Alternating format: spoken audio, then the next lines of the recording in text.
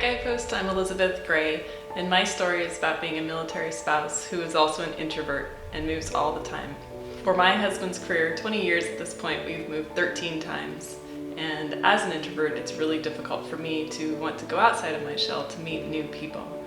How I deal with this is usually avoidance. So I have had to come to the conclusion that that's not a very good coping skill, and I've had to develop some techniques to really work and convince myself that meeting new people is safe and a part of being an adult and creating relationships.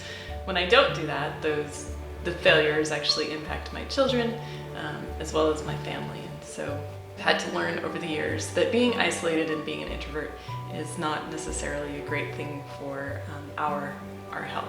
It's always hard to be the new person every time you move. Sometimes you'll walk into neighborhoods and areas that have already groups formed, and so you're always the new person. And sometimes when you're moving every year to every 2 years, that can be really difficult to continually make those relationships. And it's also about grief of losing the friends that you've left behind, and sometimes that just seems overwhelming to meet new people that you're going to have to leave behind.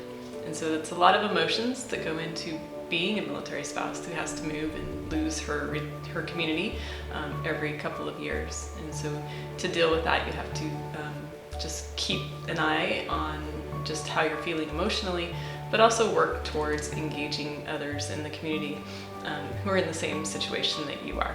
So when I move a lot, I try to incorporate some techniques into meeting new people.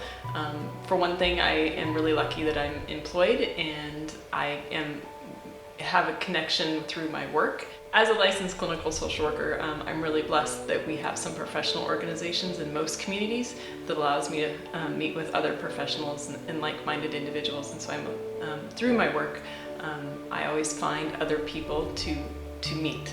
So I would encourage people to look into their community and into their background to identify ways in which they can find friends as well.